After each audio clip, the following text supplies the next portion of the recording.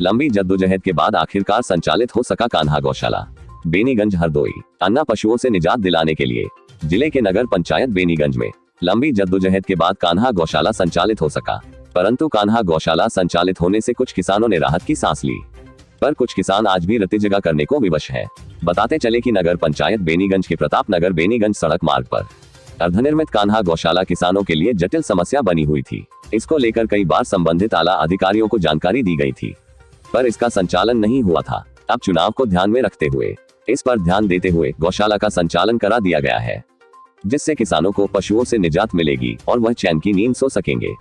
सूत्रों द्वारा खबर है कि वोट मांगने पहुंचे जनप्रतिनिधियों से आवारा गोवंश की समस्या को लेकर किसानों द्वारा तीखे शब्द बोले गए। कान्हा गौशाला में मौजूद कर्मचारियों ने बताया कि ये वर्तमान में ये गोवंश है 350। कितना इसका क्षमता है? इसका 120 क्षमता है। अच्छा, तो ये कौन सा गौशाला बोला जाता है? कान्हा गौशाला कहाँ का है ये? नगर पंचायत बेनीगंज। नगर पंचायत बेनीगंज का है। क्या ये बताओ, ये गौवंशों को समुचित मान लीजिए पानी तो दिखाई पड़ रहा है, भूसा वगैरह आदान प्रदान बराबर किया जा रहा है, दिया जा रहा है? हाँ, आगे देख लो ना।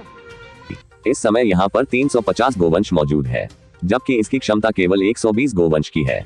जबकि नगर पंचायत अधिशासी अधिकारी महेश प्रताप श्रीवास्तव के द्वारा बीते वर्ष में कई बार कहा गया कि उक्त गौशाला में 500 गोवंश रखे जाने की व्यवस्था है। अब और गोवंश को इस गौशाला में स्थान नहीं दिया जाएगा। वहीं भारतीय किसान मजदूर यूनियन दशहरी संगठन हरदोई के जिला अध्यक्ष पुनीत मिश्रा ने कहा कि का बरसे जब कृषि सुखानी, यह सब चुनावी रणनीति है। बीते लगभग 3 वर्ष में कई बार संबंधित आला अधिकारियों को सूचित किए जाने व लिखित ज्ञापन दिए जाने के बावजूद भी कान्हा गौशाला का संचालन नहीं हुआ। तब संबंधित अधिकारी बजट का अभाव बताते थे। अब आचार संहिता के दौरान अर्धनिर्मित कान्हा गौशाला का बजट कैसे आ गया और वह ऐसे समय में कैसे संचालित किया जा सकता है, यह सोची समझी किसानों के खिलाफ साजिश है। नगर पंचायत से महज 500 मीटर दूर अलीपुर में गोवंश की समस्या को लेकर अधिकारियों ने किसानों सहित हम सभी पर मुकदमे लिखने का कार्य किया था और अब यह किसानों को लॉलीपॉप देने का प्रयास है। इससे किसानों को कोई खास लाभ नहीं मिलने वाला है। किसान आज भी रात में जगने के लिए मजबूर है। यह सब करके किसानों को बरगलाने का कार्य न किया जाए। किसान समझदार हैं और सब जानते हैं। बेनीगंज में जो कान्हा गौशाला का संचालन हुआ है उसके संबंध में बताएं। कान्हा गौशाला का अब संचालन हुआ है, इसके लिए तो 2 लाइनें बड़ी सटीक बैठती हैं कि का बरसों जब कृषि सुखानी।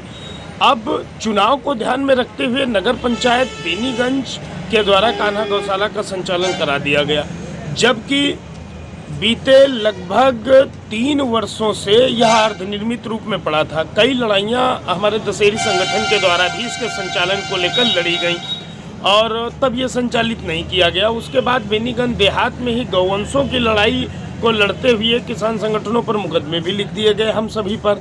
तो ये तो अब चुनाव को लेकर कान्हा गौशाला संचालन करा दिया गया। अब किसानों को खुशी कहाँ से मिलेगी? अभी भी किसान हमारा रात में जगने के लिए मजबूर है, खेतों में पड़ने के लिए मजबूर है। इसमें 400-500 जानवर बहुत ज़्यादा ये ले लेंगे और उसमें भी राजनीति करेंगे यहाँ नगर क्षेत्र के लोग।